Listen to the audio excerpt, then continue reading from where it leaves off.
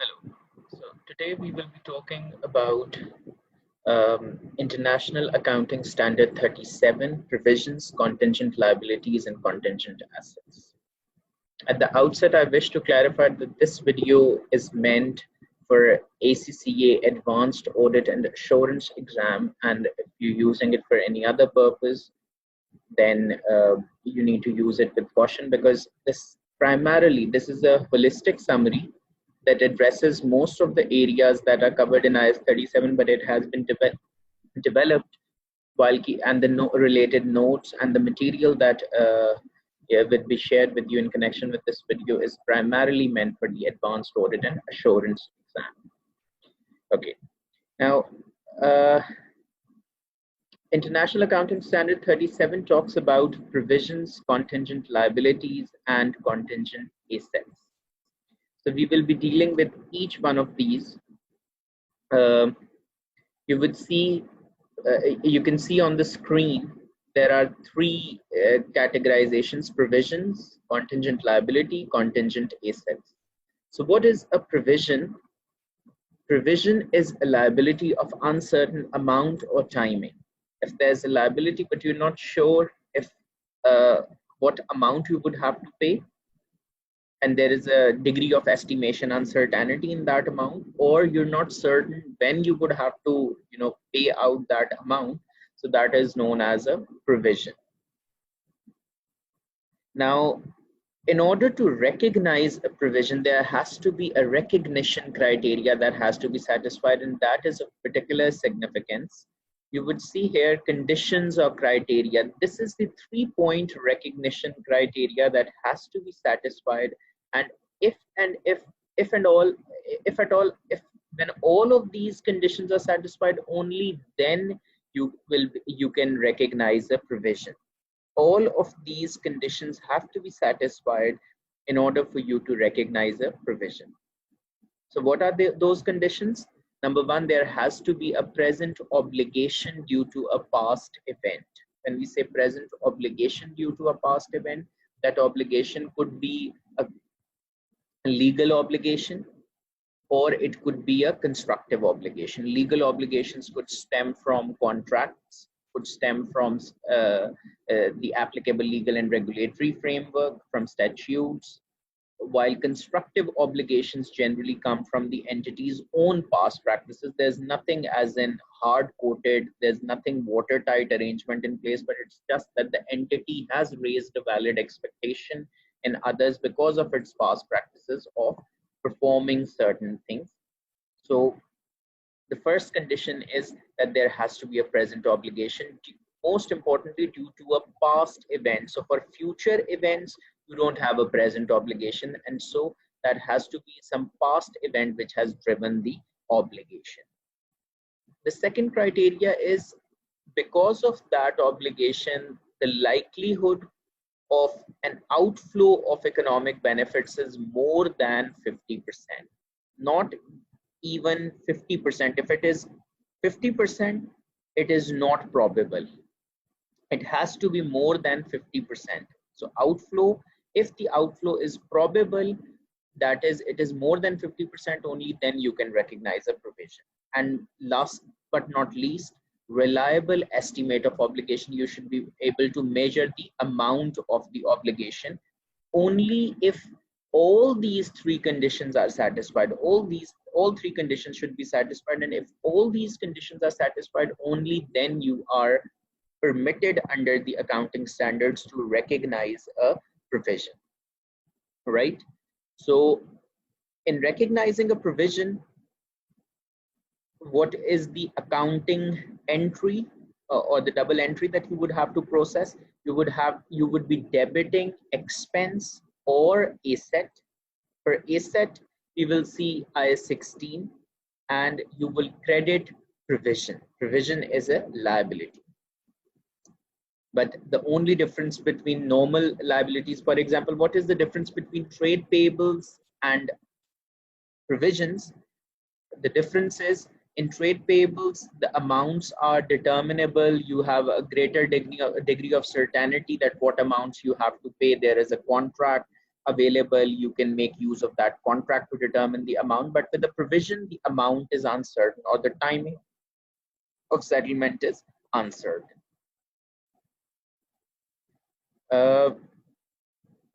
There's one thing that you need to note about provisions that's a common mistake which students commit, and so I think it is very important to highlight it. Provisions for depreciation, impairment, loss on PPE, doubtful debts. Remember, there are certain jurisdictions where this terminology is used. Instead of saying accumulated depreciation, people say provision for depreciation. Instead of saying accumulated impairment loss, they say provision for impairment loss. In case of doubtful debts, they say provision for doubtful debts.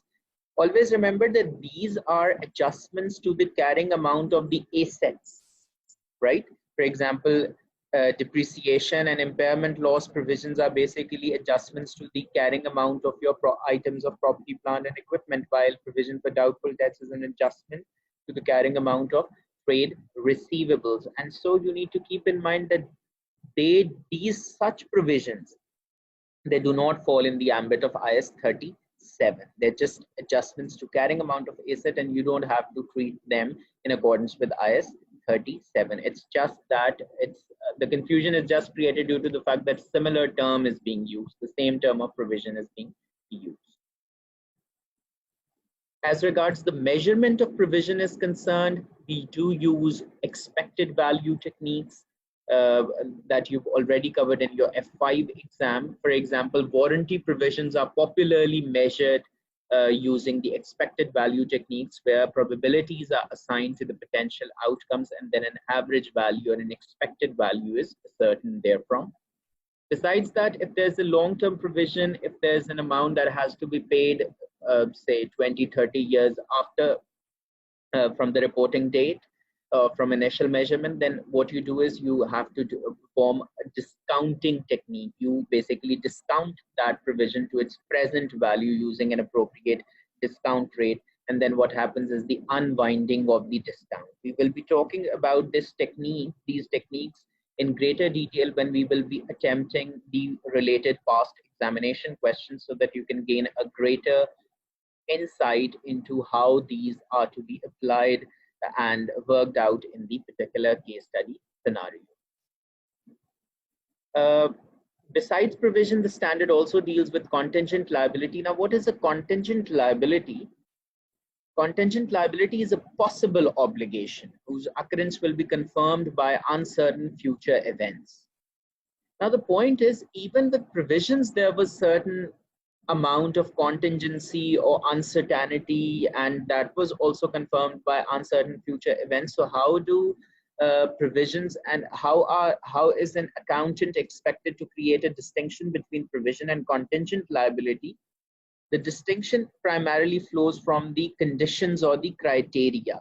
With provision, you needed to have a present obligation. It was important that outflow is probable and you can reliably estimate the obligation. But in case of contingent liability, outflow is not probable either, or you cannot estimate the obligation amount. So when either of these two conditions are met, you would say that you would conclude it to be a contingent liability. When the management or the accountant concludes that, okay, outflow is not probable, there is less than 50% chance of a case being decided against the company. There's a less than 50% chance of a case of a litigation being decided against the company. So that is concluded to be a contingent liability. Or it is probable, but then you cannot ascertain the amount. It is difficult for you to, ascertain the amount properly. And so because you cannot ascertain the amount appropriately, that's why you would say that, okay, fine, it is not a contingent, it is not a provision, but it's a contingent liability. Okay, there's one more thing, outflow neither probable nor remote. Now, if I use a continuum to express this concept, there are certain outflows which are probable, that is, there are more than 50% chances. Then there are certain outflows that are remote. Remote means it's almost impossible that there will be an outflow. It's close to impossible that there will be an outflow. So there are very little chances of decision of court coming against the company. So if it is remote, even then you won't treat it as a contingent liability. In case the outflow is only remote, then always remember you don't have to do anything. That is neither a provision nor a contingent liability. Okay, for provisions, you saw the accounting treatment was to debit, expense, or asset or credit provision. For contingent liabilities, where the outflow is neither probable nor remote, or where you cannot measure the obligation, the point to note is you have to disclose this contingent liability in the notes to financial statements. You're supposed to disclose it in the notes to the financial statements. Financial statements में जो notes given होते हैं, उनमें आपको इसको disclose करना है. क्या disclose करना है? What are you supposed to disclose? You're supposed to disclose the nature of the event. You have to disclose the financial impact of the event. You have to disclose the uncertainties related to amount or timings, and any potential reimbursements. For example, in case you had a particular asset insured, then maybe you could get the insurance proceeds from company. So that's a potential reimbursement. You would have to also disclose that where applicable. So with provisions, you recognize the provision in the books of account in your financial statements by debiting expense, crediting provision. But in case of contingent liability, you only have to make a disclosure in the notes to the financial statements, and that's all about. Lastly, with contingent assets, remember that these are on the positive side. Any while in provisions and contingent liability, we were talking about outflows. With assets, we will naturally be talking about inflow of economic benefits. So any unplanned, unexpected events that could result in an inflow of economic benefits, we categorize that as contingent assets. Now, for that, the criteria is that inflow may be either virtually certain or probable. Inflows could either be virtually certain or probable. Now, the accounting treatment is if the management concludes that inflow is virtually certain. For example, you did not file much insurance claims in the prior periods, and the insurance company wants to give you the benefit of that by giving you a low claim bonus because your claims have been low. So you are being given a low claim bonus, and the insurance company has actually written to you, has given it to you in writing that you are entitled to a low claim bonus, but you haven't received the bonuses yet. Now, because you've received it in writing, so you're virtually certain that yes, you would get this bonus. Because you're virtually certain, the standard setters or under IAS-37, you are allowed to recognize the asset and related income. You are allowed to recognize the asset and related income. You're permitted to, recognize the asset and related income. On the other hand, if the inflow is only probable, that is, there is more than 50% chance that you would get the inflow, but you're not virtually certain. Virtually certainty means it's done deal. But with probable, it means there are more than 50% chances, but you're not sure short about it. In that case, applying the concept of prudence, IAS-37 says you just have to disclose the nature of the contingent asset and its financial impact. So I hope you've gained some clarity on this. There are certain specific scenarios. Given within IAS-37, and because they have been, some of these scenarios have also been tested in the past. So I consider it very important that you need to understand and appreciate those specific scenarios. So what are they? If there are future operating losses, if you're expecting losses in the future, do you have to recognize a provision today? The answer is no. You don't have to recognize a provision today because there's no present obligation as a result of a past event. These are losses that you're anticipating in the future, but future operating losses, by the way, do constitute an indicator of impairment, and so we will be talking about it in detail when we'll be covering IAS 36, impairment of asset. Expected asset disposal, again, that's something which hasn't happened yet, so that will not be taken into account in measuring your provisions. Reimbursements, such as insurance proceeds that we've just talked about. Now, here there are a few important points to note, and again, this has been tested in your past exams as well, so you need to be very careful about it. You will recognize reimbursement as a separate asset when it is virtually certain, when inflow of economic benefits is virtually certain. If it's only probable, then you just have to give a disclosure in the notes. If it's virtually certain, then you can recognize reimbursement, and that has to be recognized as a separate asset. It cannot be merged with, it cannot be mingled with the other assets that you have recognized in your books of accounts. That has to be recognized in a distinctive manner as a separate asset. And remember that the amount of reimbursement recognized shall not exceed the amount of provision. Now, this is basically the concept of a back-to-back arrangement, where you owe someone a liability, a provision, and you are going to get reimbursement from another party. So in that case, always remember that the reimbursement amount is always less than the amount of the provision that you would be recognizing, and this is very much in correspondence in conjunction with the concept of prudence and neutrality. In statement of comprehensive income, expense and reimbursement may be netted off. Now, this is another very important thing, because you see, when you recognize reimbursement, what is the double entry that you would process? You would process debit expense.